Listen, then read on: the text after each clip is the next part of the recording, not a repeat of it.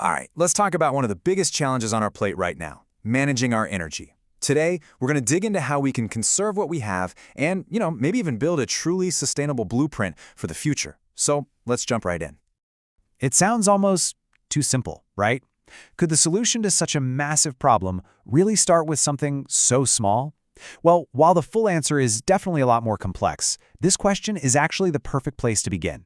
It really gets us thinking about our own role in this huge global challenge. And that's because the whole idea of energy management is really happening on two different levels at the same time. You've got these huge global innovations on one side, and then you have these small personal decisions on the other. The real solution isn't one or the other, it's both, and they have to work together.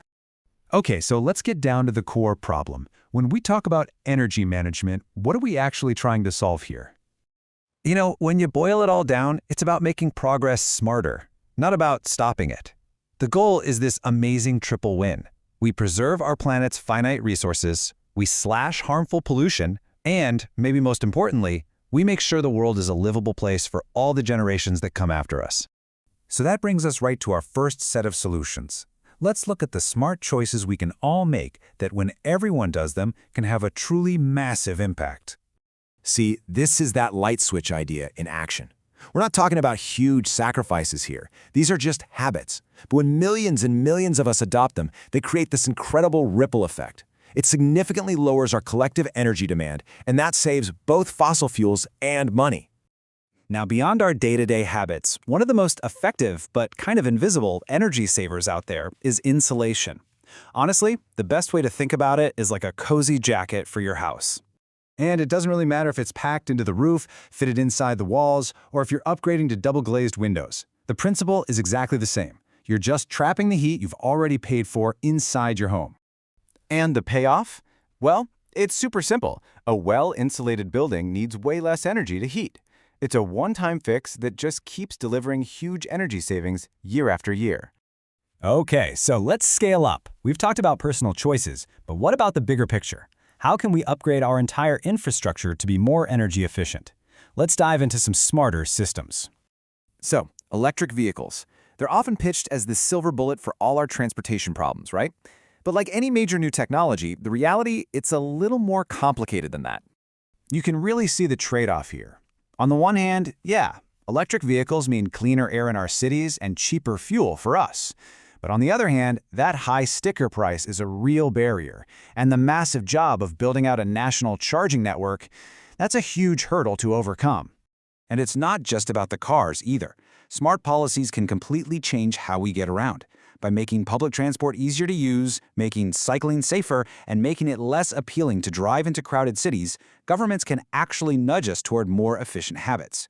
And hey, beyond transport, the power grid itself can be made a whole lot smarter. Sure, improving power station efficiency helps, but the real game changer here is using massive batteries to store solar and wind power. This means we waste less energy, and we can use renewable power even when the sun isn't out or the wind isn't blowing. All right, this brings us to the next frontier, the really exciting stuff. We're talking about inventing entirely new kinds of fuel to power our world. First up, we've got blue hydrogen. Now, the key thing to get here is that it actually starts with a fossil fuel, natural gas. The process gives us hydrogen fuel, but then the CO2 that's created as a byproduct is captured and stored underground. So it's a lower emission fuel, but it's not a zero emission one. And that's a perfect contrast to green hydrogen. With this method, the whole process is powered by renewables, like solar or wind. You use that clean electricity to split water into hydrogen and oxygen, and there are absolutely zero carbon emissions. This is the dream, the ultimate clean fuel, but right now it's still really expensive to make a lot of it. Another really clever innovation is the heat pump. Instead of burning fuel to create heat, it just moves existing heat from one place to another. Ground source pumps are super reliable because the ground temperature stays pretty constant, but wow, are they expensive to install. Air source pumps are much cheaper, but they can sometimes struggle when it gets really cold outside.